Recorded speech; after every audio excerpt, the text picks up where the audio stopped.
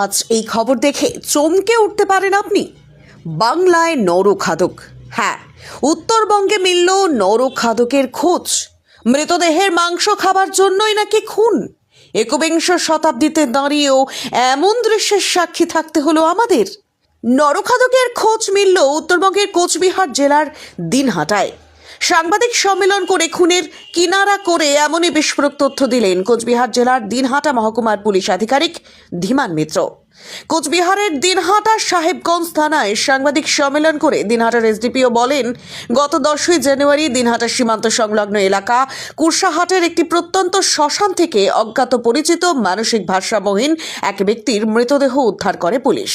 মৃতদেহের গলায় ও কাঁধে গভীর ক্ষতের চিহ্ন ছিল। পরবর্তীতে ওই ঘটনায় খুনের মামলা রুজু করে দিনহাটার সাহেবগঞ্জ থানার পুলিশ তদন্তে নামে। তদন্তে একই এলাকার থরাইখানা গ্রামের ফেরদৌস আলম নামের এক ব্যক্তিকে পুলিশ গ্রেফতার করে। পরবর্তীতে গ্রেপ্তার করা যুবককে জেরা করে এবং প্রত্যক্ষদর্শীদের বয়ান থেকে পুলিশ জানতে পারে, নেশাগ্রস্ত ওই যুবক ফেরদৌস আলম শুধুমাত্র নেশায় মত্ত হয়ে ওই অজ্ঞাত পরিচিত ব্যক্তিকে খুন করেছে এবং খুনের পর সেই ব্যক্তিকে নিজে তার বাড়িতে নিয়ে আসে এবং দেহ পরিষ্কার করে। তার নাকি উদ্দেশ্য ছিল সেই মৃতদেহের মাংস খাওয়ার। যেহেতু সেই অজ্ঞাত পরিচিত ব্যক্তি শ্মশানে থাকতো, তাই সেটি ছিল অভিযুক্তের সহজ টার্গেট, আর সেই জন্যই সেই টার্গেটকেই সে বেছে নিয়েছিল। ইতিমধ্যেই পুলিশ অভিযুক্তকে 4 দিনের হেফাজতে নিয়েছে। তবে দিনহাটার মতো এলাকায় শুধুমাত্র মানুষের মাংস খাওয়ার জন্যই খুন। এই ঘটনাকে কেন্দ্র করে তীব্র চাঞ্চল্যের সৃষ্টি হয়েছে উত্তরবঙ্গের কোচবিহার জেলা জুড়ে। ভাবতে পারছেন, নরখাদক, এ কোন সমাজে বাস করছি আমরা? সত্যি ভয়ঙ্কর কাণ্ড।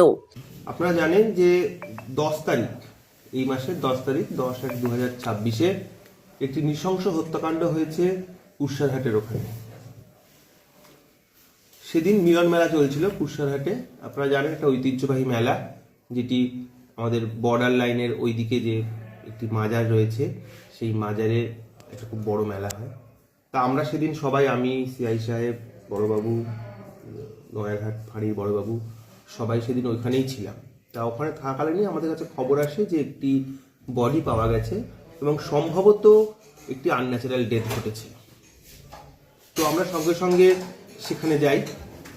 সেখানে যাওয়ার পর বডি তোলা হয় এবং বডি তোলা হওয়ার পর দেখা যায় যে খুব নৃশংসভাবে হত্যাটি করা হয়েছে। গলা এবং ঘাড় উভয় জায়গাতেই আমরা একাধিক কাটমার্ক পাই এবং খুব বীভৎসভাবে এই হত্যাটি হয়েছে। তা স্বাভাবিকভাবেই সেখানে কোনো সিসিটিভি ছিল না, বা যতদূর মনে হচ্ছিল আগের দিন রাত্রে হয়েছে এবং প্রত্যন্ত জায়গা এবং সম্পূর্ণটাই ফাঁকা জায়গা ছিল, একটি শ্মশান। আমরা পরবর্তীতে যখন খোঁজ নিই যে ব্যক্তিটি কে, তখন জানতে পারি যে একজন অজ্ঞাত পরিচয় ব্যক্তি। শ্মশানেই দীর্ঘদিন ধরে তিনি রয়েছেন, প্রায় 1 বছরের ওপর ধরে তিনি শ্মশানেই থাকে এবং সম্ভবত মানসিক ভারসাম্যহীন বলেই সেখানকার স্থানীয় মানুষ আমাদেরকে জানান। তা আমরা খুব আশ্চর্য হয়ে যাই যে কেন এইরকমভাবে একজন ব্যক্তিকে কেউ খুন করতে পারে, যেখানে কোনো মোটিভই খুঁজে পাওয়া যাচ্ছে না। যাই হোক, আমরা যেহেতু কোনো টেকনিক্যাল সোর্স আমরা পাইনি, অর্থাৎ সিসিটিভি বা কিছু আমরা পাইনি, তাই আমরা ম্যানুয়াল সোর্স লাগাই। আমাদের সেই বিশ্বস্ত সূত্রে আমরা খবর পাই যে একজন ব্যক্তি এই কাণ্ডটি ঘটিয়েছে। তো তাকে অ্যারেস্ট করা হয়। অ্যারেস্ট করার পর তার কাছ থেকে জানা যায় যে সে স্বীকার করে যে এই হত্যাকাণ্ডটি সে ঘটিয়েছে। এবং সবচেয়ে যেটা আশ্চর্য সেটা হচ্ছে এই হত্যাকাণ্ডটি ঘটানোর পেছনে তার সেরকম কোনো উদ্দেশ্য ছিল না, জাস্ট খুন করার জন্য খুনটি করা হয়েছে। এবং কিছুটা সে অত্যন্ত নেশাগ্রস্ত অবস্থায় থাকে এবং নেশার জন্য তাকে বহুবার রিহ্যাবেও পাঠাতে হয়েছিল আগে অতীতে।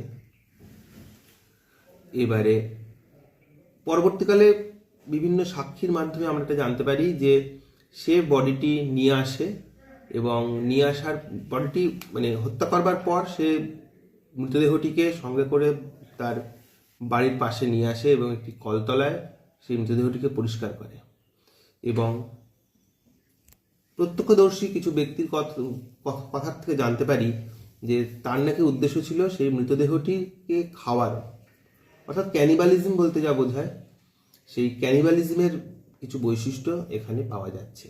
এটি অত্যন্ত রেয়ার একটি অপরাধ এবং সেই রকম অপরাধ এখানে সংঘটিত হয়েছে বলে আমরা মনে করছি। আরও তদন্ত চলছে এই ব্যাপারে। ওর নাম আছে হচ্ছে ফিরদৌস আলম, এর বাড়ি হচ্ছে গিয়ে আপনার থরাইখানা। যার মৃত্যু হলো তার বাড়ি কোথায়? অজ্ঞাত পরিচয় ব্যক্তি বললামই তো। 1 বছরের উপর ধরে ওই কুশারহাটের ওখানে যে শ্মশান, সেই শ্মশানেই সে থাকতো। যত অল কনসার্ন মেসেজ করেছি, কেউ যদি পরিচিত জানায় যে পরিচিত, তার পরিচিত ব্যক্তি বা তার অ্যাড্রেস বলতে পারে, তখন জানা যাবে। এখনো পর্যন্ত আমরা এর কোনো পরিচয় খুঁজে পাইনি। প্রসেনজিৎ রাহার রিপোর্ট, আমার বাংলা।